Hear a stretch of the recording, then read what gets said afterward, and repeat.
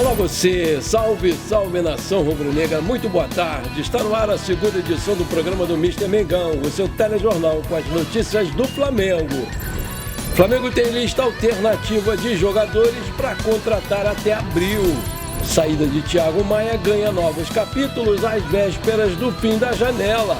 Atlético Mineiro desiste e reforço negocia a ida para assinar com o Flamengo do Tite.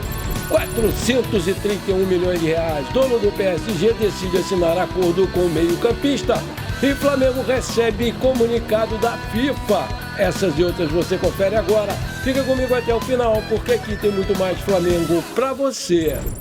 O Flamengo se classificou para a semifinal do Carioca e vai enfrentar o Fluminense nesse sábado pelo jogo de ida do estadual. Para o clássico, 30 mil ingressos já foram vendidos, com a expectativa de que tenha mais de 55 mil pessoas presentes no Maracanã para acompanhar esse jogão. Atualmente, o Fluminense não abriu a venda de ingressos para os torcedores do Flamengo e a torcida rubro-negra vai poder adquirir os bilhetes a partir desta quinta-feira, às 10 horas da manhã, horário de Brasília, através do site futebolcard.com. Vale destacar que o ingresso mais barato para os torcedores do Flamengo custa R$ 100 inteiro e 50 meia, mas são destinados ao setor norte, exclusivo da torcida rubro-negra.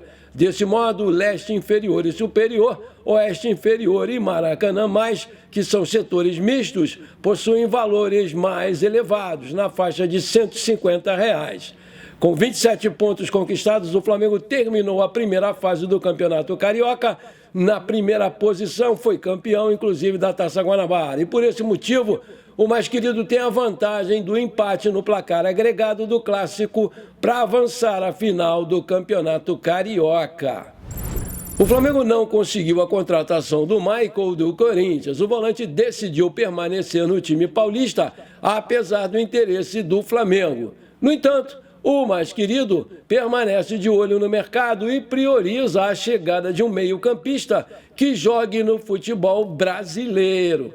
Conforme informação do jornalista Mauro César Pereira, a diretoria do Flamengo definiu que não há tempo suficiente para contratar um jogador de um clube do exterior. Isso porque a janela de transferências internacional fecha nessa quinta-feira, dia 7, ou seja, o Flamengo teria menos de 48 horas para acertar a chegada de um jogador. Por esse motivo, o Flamengo decidiu focar as atenções para o mercado nacional. E o setor do meio-campo é a grande prioridade. Vale destacar que há uma janela internacional que abre no dia 1º de abril e fecha no dia 19 de abril. No entanto, o Flamengo apenas vai poder contratar jogadores que tenham disputado o campeonato estadual por outro clube. A temporada de 2023, a CBF revelou que houve 115 movimentações no mercado de transferências nesse período, ou seja, o Flamengo aproveita essa brecha para fechar contratação de mais reforços para 2024. A novela envolvendo o volante Thiago Maia, Flamengo Internacional, está prestes a ganhar novos capítulos. Com a aproximação do fechamento do mercado da bola, ambos os clubes e staff do jogador vão reabrir as conversas para a resolução do problema. De acordo com a informação do Portal Gol, a negociação envolvendo o jogador e o clube do Rio Grande do Sul voltou a andar hoje. A expectativa de representantes do Camisa 8 da Gávea é que o negócio seja firmado até amanhã, quando a janela de transferências do Brasil fecha.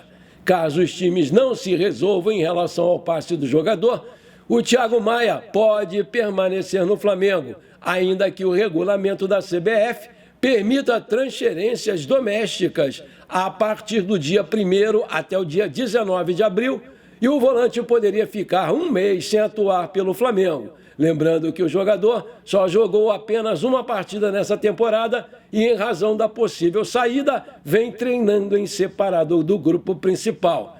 O Internacional ofereceu 4 milhões ao Flamengo para integrar o jogador ao seu elenco. No entanto, pelo Fla possuir apenas 50% dos direitos do passe do jogador, Metade desse valor seria revertido ao Lille, clube anterior do Thiago Maia, que é um clube francês. Dessa forma, o Flamengo tenta negociar uma parcela melhor com o time francês e a divergência entre as partes gerou esse prolongamento nessa transferência.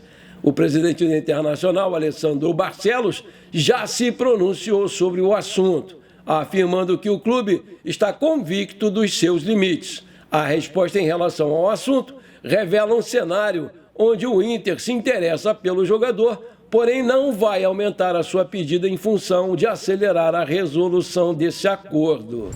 Maravilha! Se você está curtindo o nosso programa, então não esquece, manda brasa agora no like para fortalecer o nosso canal. Se você ainda não é inscrito, bora lá me dar essa moral, vou ficar muito feliz com você. Aperta o botão inscrever-se, aperta o sininho ali, pronto. Simples assim, muito obrigado. A janela de transferências internacionais encerra amanhã. Contudo, o Flamengo vai seguir atento ao mercado brasileiro.